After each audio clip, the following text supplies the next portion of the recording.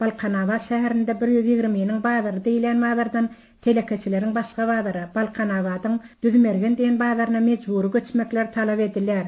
Mar welaýatynyň ýaşaýjysy telekeçi Sonogul'un aýtmanyna görä, ulinde 20 ýyldan gowrak wagt bäri Mar welaýatynyň Balkanawada gatnap ownuq sowda bilen meşgul bolýar. Mar welaýatynda işgärleriň aýlyk gülükleri wagtynda berilmeýän ýyllary günüderan üçin Balkanawada sowda etmäge gatnap uğradyk. Ol ýyllar ýurt boýunça aýlyk gülük berilýän ýeketäk welaýat Nevitga döndürýän Balkan welaýatydy.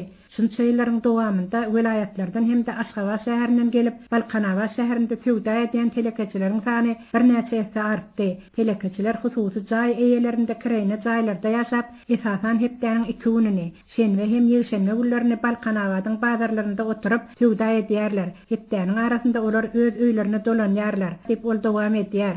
Emma şu ýyllaryň dowamynda bizi ol bazardan bu bazara göçürip galyp ankamyza aýladylar. 20 ýyl mundan özel dağ bazar diýip Balkanawadyň gaýratynda bir bazardan bize ýer görkezdiler. Şol ýyllar günortany çelle dağ bazarynda oturýardyk we günortanyň soňra 120-niň bazar diýilen bazara geçýärdik. Ýerden 120-niň bazarda bize oturmagy ruhsat berilmeýärdi. Näme üçin dağ bazaryny bir telekeçi gurupdyr. Onuň çykaran çykdaýjysyny ödemek üçin sowdagarlar dağ bazaryna baryp sowda etmelimişler. Çykdaýjy edipdir diýer ýaly dağ bazarynda hiç bir amatlyk hem ýokdy. Açyk meýdanda her kim günden goranmak üçin üstüne saý edinip gün görýärdi. Bir sebäp bilen ýanky bazar ýapmak kararyna gelinende satyjylara 120-niň bazarda oturmagy ruhsat berdiler. Az wagt geçenden soňra nar bazar diýip bir bazara geçmegimi talap etdiler. Soňra 10 ketazyň bazar diýip başga bir bazara geçmegimi talap etdiler. Emma sowdagarlar 120-niň bazaryny özleri üçin amatly görüp, her täze bazar açylanda 120-niň bazaryndan gitmejek bolup, gara güne galýardylar diýip Sonogul aýdýar. Aralykda 120-niň bazar diýilen bazara abatlap, ol ýerde dukanlar gurulypdyr. Welaýatlardan gelen telekeçileriň dukanlary arendasyna alyp sowda edýärler hem bar. Eň esasy zat bolsa, şenwe hem ýeşenme günleri welaýatlardan gelen telekeçiler öýlerine dolarlarynda olar geçmän galan harytly sumkalaryny bazardaky dukanlarda goýup gaýdýandyklaryny aýdýarlar.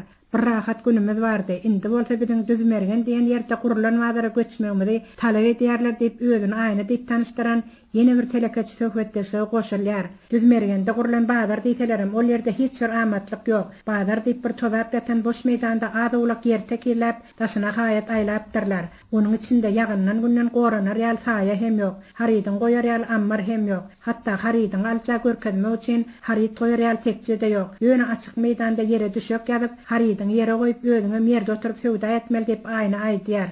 Telekeçileri göçmäge mejbur edilýän bu düzmergeniň bazar diýilen bazara barar ýaly awtolog gatnagynyň hem ýoly goýulmandygyny, harytly sumkalar bilen takdy tutup ol ýere aşmaly boljak telekeçileriň görjek peýdalaryndan diýileniniň kän boljakdygyny telekeçiler alady edýändiklerini aýdýarlar. Bazardan soňra akşam düşlemek üçin ýene de 120-nji kwartala gaýtmaly bolar. Ol ýerde düzmergen diýilen bazaryň goýunda ýatak jaý hem ýok diýip aýna aýdýar.